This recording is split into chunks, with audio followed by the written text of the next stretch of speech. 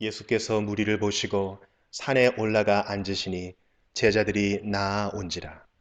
입을 열어 가르쳐 이르시되 심령이 가난한 자는 복이 있나니 천국이 그들의 것이며 애통하는 자는 복이 있나니 그들이 위로를 받을 것이며 온유한 자는 복이 있나니 그들이 땅을 기업으로 받을 것이며 의에 줄이고 목마른 자는 복이 있나니 그들이 배부를 것이며 긍휼히 여기는 자는 복이 있나니 그들이 긍휼히 여김을 받을 것이며 마음이 청결한 자는 복이 있나니 그들이 하나님을 볼 것이며 화평하게 하는 자는 복이 있나니 그들이 하나님의 아들이라 일컬음을 받을 것이며 의를 위하여 박해를 받은 자는 복이 있나니 천국이 그들의 것임이라. 나로 말미암아 너희를 욕하고 박해하고 거짓으로 너희를 거슬러 모든 악한 말을 할 때에는 너희에게 복이 있나니 기뻐하고 즐거워하라. 하늘에서 너희의 상이 큼이라. 너희 전에 있던 선지자들도 이같이 박해하였느니라. 너희는 세상의 소금이니 소금이 만일 그 맛을 잃으면 무엇으로 짜게 하리요. 후에는 아무 쓸데없어 다만 밖에 버려져 사람에게 밟힐 뿐이니라. 너희는 세상의 빛이라. 산 위에 있는 동네가 숨겨지지 못할 것이요. 사람이 등불을 켜서 말 아래에 두지 아니하고 등경 위에 두나니 이러므로 집안 모든 사람에게 비치느니라. 이같이 너희 빛이 사람 앞에 비치게 하여 그들로 너희 착한 행실을 보고 하늘에 계신 너희 아버지께 영광을 돌리게 하라.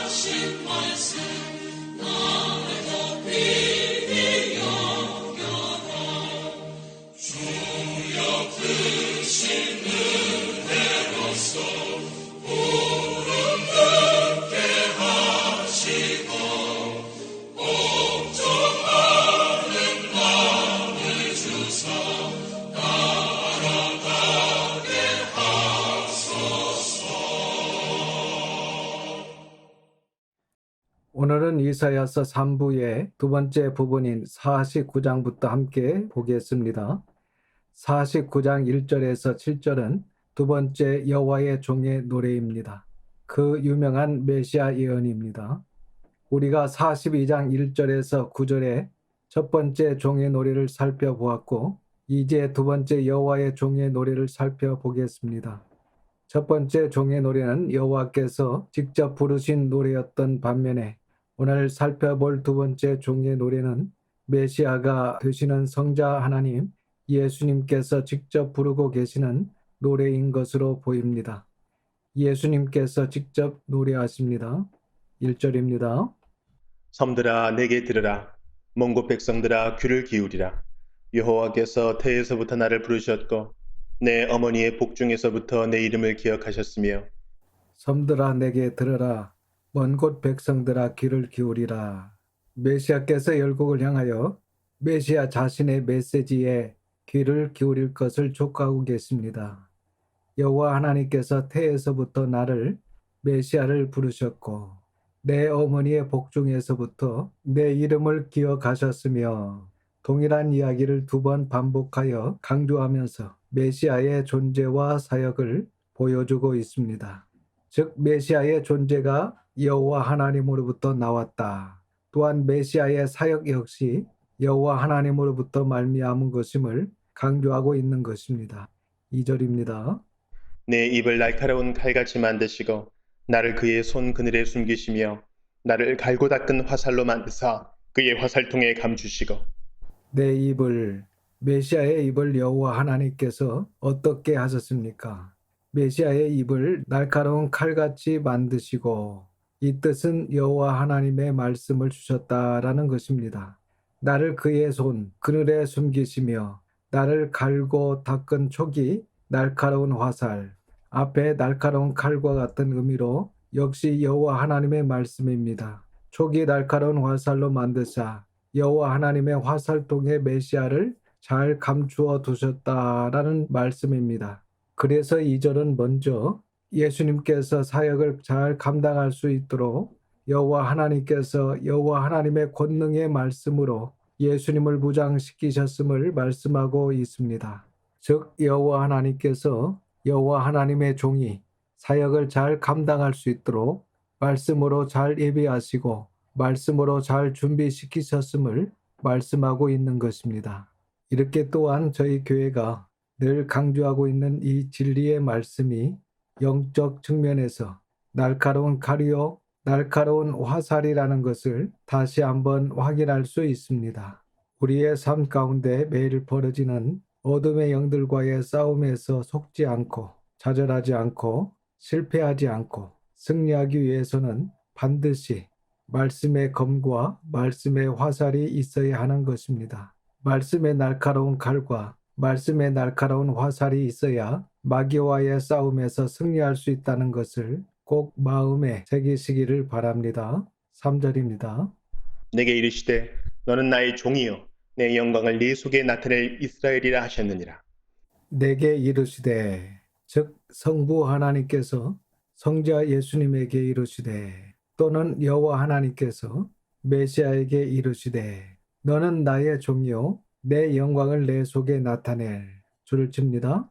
이스라엘이라 하셨느니라. 지금 메시아를 무엇으로 칭하고 있습니까? 메시아를 이스라엘로 칭하고 있습니다. 신학자 칼빈은 이 부분을 메시아께서 이스라엘을 대표하는 자임을 나타내는 표현으로 해석을 했는데 참고하시면 될 것 같습니다. 4절입니다. 그러나 나는 말하기를 내가 헛되이 수고하였으며 무익하게 공연히 내 힘을 다하였다 하였도다. 참으로 나에 대한 판단이 여호와께 있고 나의 보응이 나의 하나님께 있느니라. 그러나 나는 말하기를, 줄을 칩니다.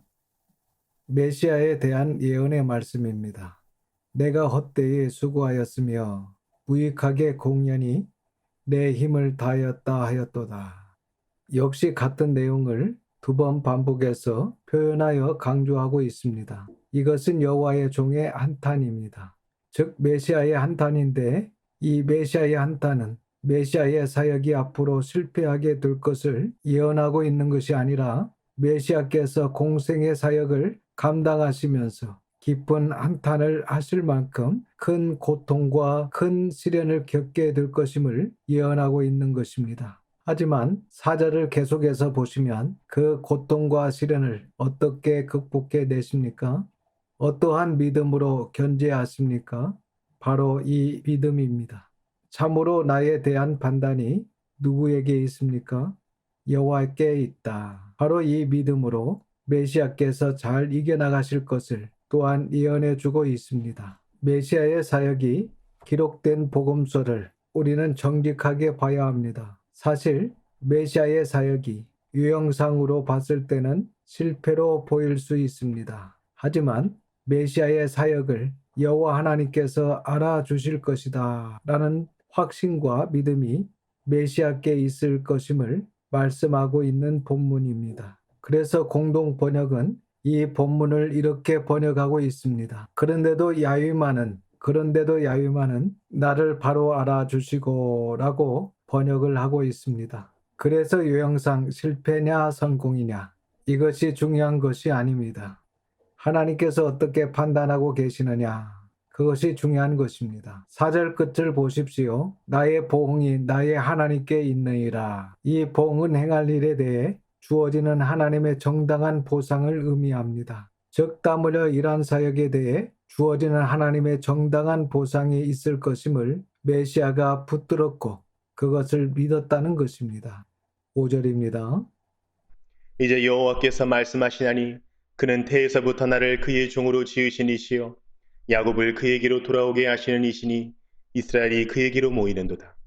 그러므로 내가 여호와 보시기에 영화롭게 되었으며 나의 하나님은 나의 힘이 되셨도다.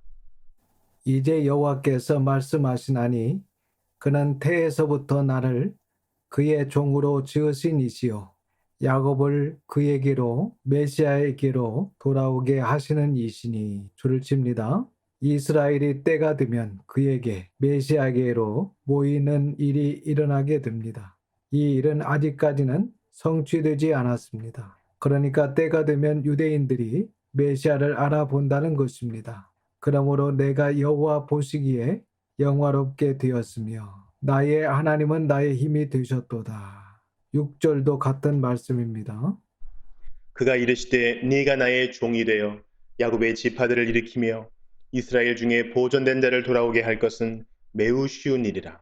내가 또 너를 이방의 빛으로 삼아 나의 구원을 베풀어서 땅 끝까지 이르게 하리라. 그가 이르시되 내가 나의 종이 되어 야곱의 지파들을 일으키며 줄을 칩니다. 특별히 어떤 사람들을 일으키십니까?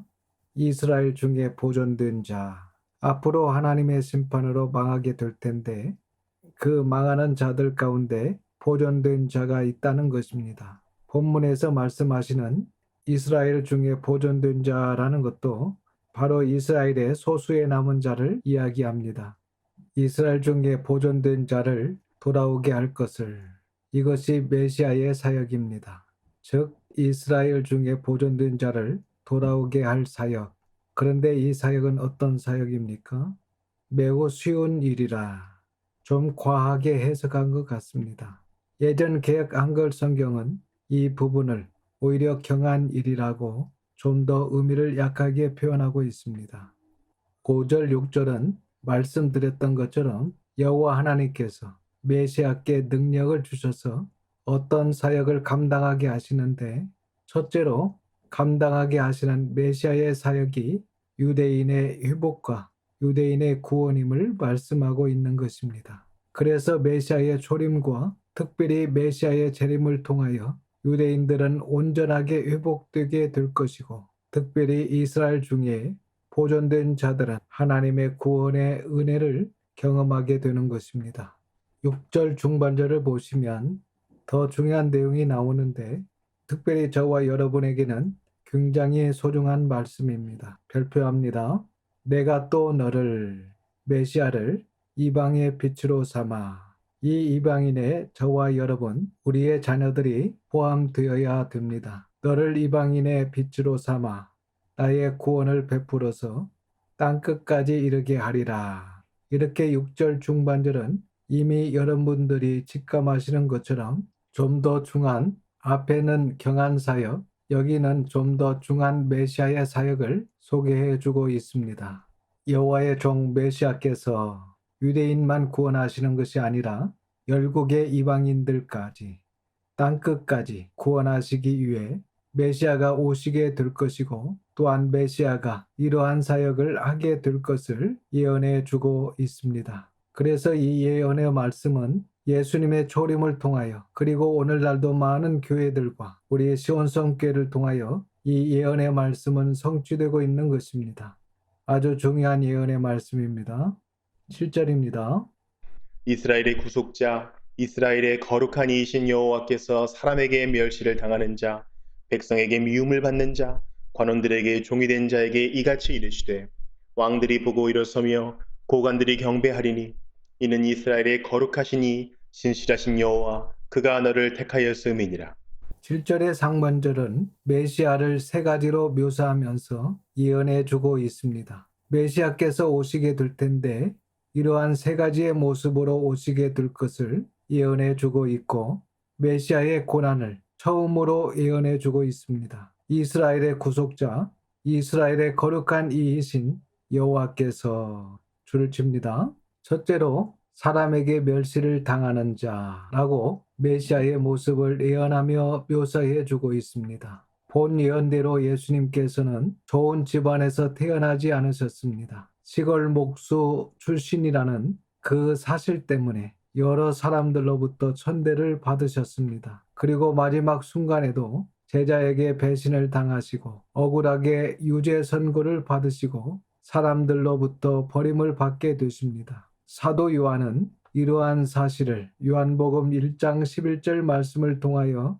메시아께서 자기 땅에 오셨는데 자기 백성이 메시아를 영접하지 아니하였다라고 정직하게 진술해 주고 있습니다. 이렇게 메시아께서 오시는데 인간들에게 멸시와 천대와 배척을 당하게 되실 것을 이사야서 49장 7절은 미리 예언하고 있는 것입니다. 그리고 두 번째는 백성에게 미움을 받는 자, 여호와의 종에 대한 두 번째 묘사인 본문은 메시아께서 여러 사람들에게 혐오의 대상, 미움의 대상이 되실 것임을 예언하고 있습니다. 우리도 예수님처럼 얼마든지 이 사유로부터 세상으로부터 미움의 대상이 될 수 있다는 것을 늘 생각하고 있어야 합니다. 우리가 죄를 지어서 실수를 해서 우리의 도덕과 윤리가 문제가 있어서 미움의 대상이 된다면 철저히 회개해야 되겠지만 그러한 문제가 아니라 진리적인 문제, 영적인 문제로 인해 앞으로 세상으로부터 크리스천들이 혐오의 대상, 미움의 대상이 되는 때가 온다는 것을 메시아의 이러한 모습을 통하여 다시 한번 생각할 수 있어야 합니다. 그리고 세 번째는 관원들에게 종이 된 자, 여호와의 종에 대한 세 번째 묘사인 본문은 여호와께서 세상 권세자들을 힘이나 권세로 맞설 수 있는 그런 분으로 오시는 것이 아니라 세상 권세자들을 힘이나 권세로 맞설 수 없는 사회적 약자의 모습으로 이 땅에 오시게 될 것을 예언해 주고 있는 것입니다. 메시아께서 어떤 정치적 능력이나 군사력으로 구원을 베풀지 않으실 것임을 이렇게 이사야에서부터 분명하게 그 메시아상을 시사해 주고 있는 것입니다. 이러한 구절 역시 우리에게 많은 것을 생각하게 합니다. 이스라엘의 구속자, 이스라엘의 거룩한 이이신 여호와 하나님께서 사람에게 멸시를 당하는 자, 백성에게 미움을 받는 자, 관원들에게 종이 된 자에게 이같이 이르시되 왕들이 메시아를 보고 일어서며 결국은 이렇게 됩니다. 고관들이 경배하리니 이는 이스라엘의 거룩하신 이 신실하신 여호와 하나님 그가 너를 택하였음이니라. 어떻게 해서 이러한 일이 일어나게 되는 겁니까?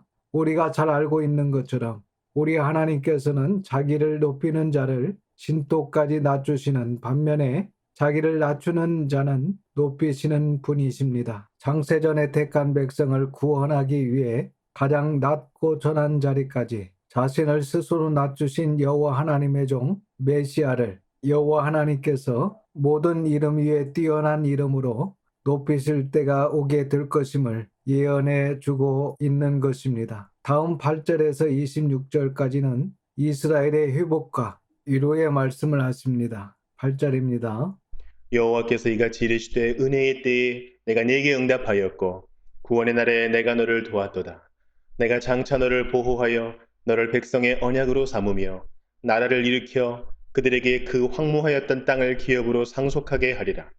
여호와께서 이같이 이르시되 은혜의 때에 내가 내게 응답하였고 구원의 날에 내가 너를 도왔도다. 내가 장차 너를 보호하여 너를 백성의 언약으로 삼으며 나라를 이스라엘 나라를 일으켜 그 유대인들에게 그 황무하였던 가나안 땅을 기업으로 상속받게 할 때가 오게 될 것이다.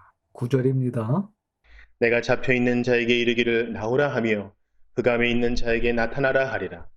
그들이 길에서 먹겠고 모든 헐벗은 산에도 그들의 풀밭이 있을 것인즉 내가 잡혀 있는 자에게 이르기를 나오라 하며 모든 유대인들이 다 해방되어 가나안 땅으로 모이게 됩니다. 흑암에 있는 자에게 나타나라 하리라. 그들이 길에서 먹겠고 모든 헐벗은 산에도 그들의 풀밭이 있을 것인즉. 10절입니다. 그들이 줄이거나 목마르지 아니할 것이며 더위와 볕이 그들을 상하지 아니하리니 이는 그들을 긍휼히 여기는 이가 그들을 이끌되 샘물 근원으로 인도할 것임이라. 그들이 줄이거나 목마르지 아니할 것이며 더위와 볕이 그들을 상하지 아니하리니 줄을 칩니다. 이는 그들을 긍휼히 여기는 이분이 여호와 하나님이십니다. 여호와 하나님께서 그들을 이끌되 샘물 근원으로 인도할 것임이라. 11절과 12절입니다. 내가 나의 모든 산을 길로 삼고 나의 대로를 도두리니 어떤 사람은 먼 곳에서 어떤 사람은 북쪽과 서쪽에서 어떤 사람은 시님 땅에서 오리라. 어떤 사람은 이 시님 땅을 중국을 지칭하는 것으로 주장하기도 하지만 객관적인 타당성은 없습니다. 어쨌든 이 말씀은 여러 나라로부터 어려움을 당하던 유대인들이 때가 되매 가나안 땅으로 모이는 그러한 은혜의 때, 구원의 날이 오게 될 것을 예언해 주고 있는 것입니다. 13절입니다. 하늘이여 노래하라. 땅이여 기뻐하라. 산들이여 즐거이 노래하라. 여호와께서 그의 백성을 위로하셨은즉 그의 고난 당한 자를 긍휼히 여기실 것임이라. 하늘이여 노래하라. 땅이여 기뻐하라. 산들이여 즐거이 노래하라. 줄을 칩니다. 여호와께서 그의 이스라엘 백성을 위로하였은즉 그의 고난 당한 자를 그동안 유대인들이 고난을 많이 받았지 않습니까? 앞으로도 천년 왕국 시대 이전까지 아브라함의 후손들은 많은 고난을 당하게 됩니다. 그래서 그의 고난 당한 자를 하나님께서 긍휼히 여기실 것임이라. 14절 이하에서도 계속해서 이스라엘 백성을 향한 위로의 말씀들이 이어지고 있습니다. 14절입니다. 오직 시온이 이르기를 여호와께서 나를 버리시며 주께서 나를 잊으셨다 하였거니와 여인이 어찌 그 젖 먹는 자식을 잊겠으며 자기 태에서 난 아들을 긍휼히 여기지 않겠느냐. 그들은 혹시 잊을지라도 나는 너를 잊지 아니할 것이라. 오직 시온. 이 시온은 우리가 잘 아는 것처럼 예루살렘과 이스라엘이라고 보면 됩니다. 이 시온이 이르기를 여호와께서 나를, 그럼 이 나가 누굽니까? 예루살렘, 이스라엘, 시온입니다. 그래서 여호와께서 나 시온, 예루살렘, 이스라엘을 버리시며 주께서 나를 잊으셨다 하였거니와 여인이 어찌 그 젖 먹는 자식을 잊겠으며 자기 태에서 난 아들을 긍휼히 여기지 않겠느냐. 그들은 혹시 잊을지라도 나는 너 시온을, 예루살렘을, 이스라엘을 잊지 아니할 것이라. 16절과 17절입니다. 내가 너를 내 손바닥에 새겼고 너희의 성벽이 항상 내 앞에 있나니 내 자녀들은 빨리 걸으며 너를 헐며 너를 황폐하게 하던 자들은 너를 떠나가리라. 내 자녀들은 빨리 걸으며, 아마 이 내용은 내 자녀들은 빨리 걸어 예루살렘으로 귀환하며 또 너를 헐며 너를 황폐하게 하던 자들은 너를 떠나가리라. 즉 유대인들을 괴롭히던 악인들은 망하리라. 18절입니다. 네 눈을 들어 사방을 보라. 그들이 다 모여 내게로 오느니라. 나 여호와가 이르노라. 내가 나의 삶으로 맹세하노니 네가 반드시 그 모든 무리를 장식처럼 몸에 차며 그것을 띠기를 신부처럼 할 것이라. 18절은 예루살렘이 귀환한 유대인들로 인해 영광스럽게 아름답게 회복될 것을 예언해 주고 있는 말씀입니다. 19절입니다. 이는 내 황폐하고 적막한 곳들과 내 파멸을 당하였던 땅이 이제는 주민이 많아 좁게 될 것이며 너를 삼켰던 자들이 멀리 떠날 것이니라. 이는 내 황폐하고 적막한 곳들과 내 파멸을 당하였던 땅, 예루살렘, 이스라엘, 시온입니다. 그래서 그 시온이 어떻게 회복이 됩니까? 이제는 주민이 많아 좁게 될 것이며 너를 삼켰던 자들이 멀리 떠날 것이니라. 20절입니다. 자식을 잃었을 때에 낳은 자녀가 후일에 내 귀에 말하기를 이곳이 내게 좁으니 넓혀서 내가 거주하게 하라 하리니. 자식이 잃었을 때에 낳은 자녀. 이것은 번역이 좋지 않습니다. 예전 번역서인 개역 한글 성경을 보면 이 부분을 더 잘 번역해 주고 있는데 다음과 같이 번역을 하고 있습니다. 고난 중에 낳은 자녀라고 번역을 하고 있습니다. 이 번역이 훨씬 더 좋은 번역입니다. 즉 희망이 없는 중에 낳은 자녀, 고난 중에 낳은 자녀가 후일에 어떻게 됩니까? 줄을 칩니다. 이런 역사가 일어납니다. 내 귀에 말하기를 이곳이 이 예루살렘, 이스라엘, 시온이 내게 좁으니 넓혀서 내가 거주하게 하라 하는 때가 온다는 것입니다. 그래서 이 19절과 20절은 예루살렘이 거주하기에 좁아질 정도로 선민이 생육하고 번성하게 될 것을, 그리고 이스라엘의 인구가 급격히 불어나게 될 것을 예언해 주고 있는 것입니다. 21절입니다.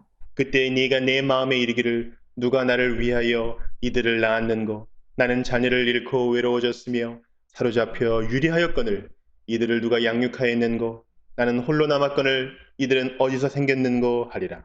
그때에 내가 예루살렘이 내 마음에 이르기를 줄을 칩니다. 세 가지 의문문이 나오는데 첫 번째는 누가 나를 위하여 이들을 낳았는고 과연 이 의미가 무엇일까요? 계속해서 보십시오. 나는 자녀를 잃고 괴로워졌으며 사로잡혀 유리하였거늘.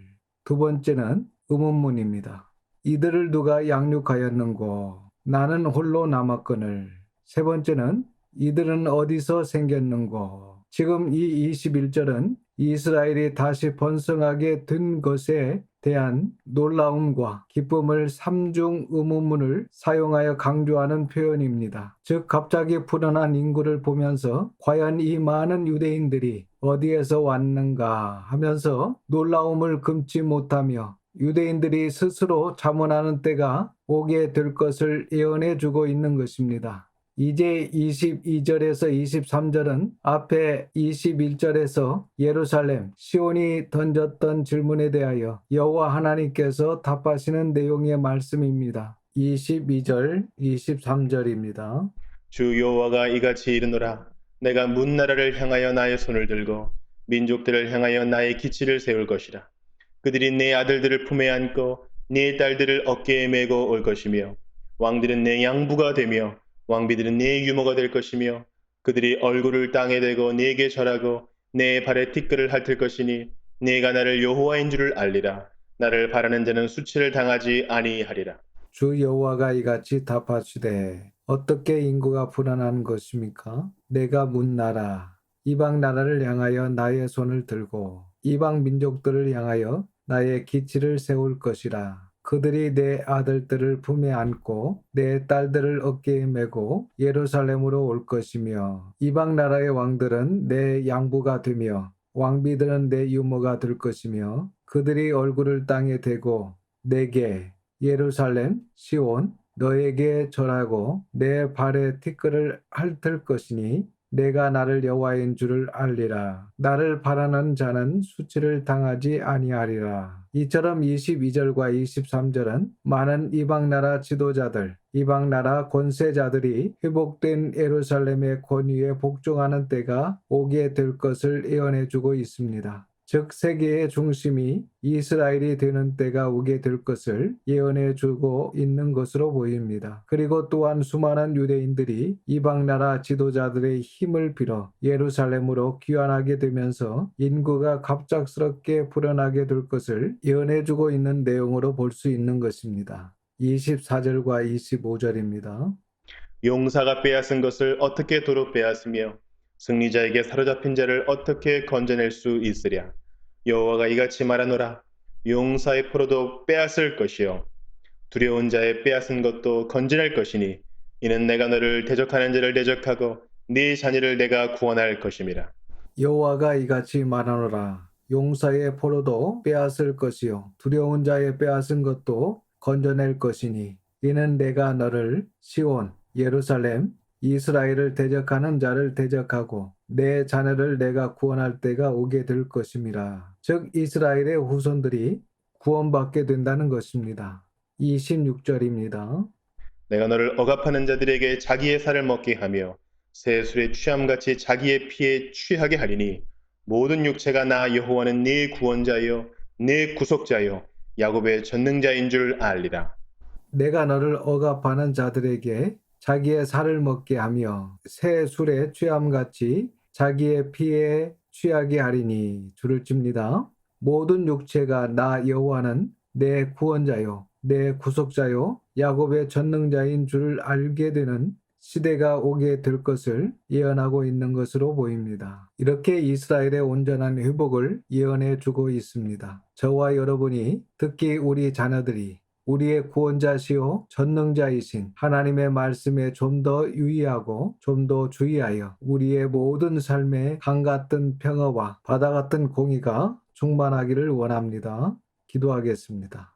우리의 반석 되시는 아버지 하나님, 힘들고 어려운 상황에서 우리를 지켜주시고 믿음으로 이 어려운 상황을 잘 이겨나갈 수 있도록 도와주시옵소서. 언제나 항상 변함이 없이 진리를 사모하며 하나님을 사랑하는 우리의 신앙이 되게 하시고 진리의 말씀에 더욱 주의함으로써 강 같은 평화, 바다 같은 공의가 우리 교회와 가정과 사회에 충만하게 해 주시옵소서. 세상 끝날까지 믿음과 소망과 사랑을 힘써 지켜나가게 하시고 또한 끝날까지 거룩한 길로 행하여 하나님 나라에서 칭찬과 상급과 위로를 받는 저희들과 저희들의 후손들이 다 되게 하여 주시옵소서. 진리의 말씀으로 우리를 유익하게 하시고 행복하게 하시는 하나님의 계획과 섭리를 신뢰하옵고 감사드리며 우리 구주 예수님의 이름으로 기도드립니다. 아멘.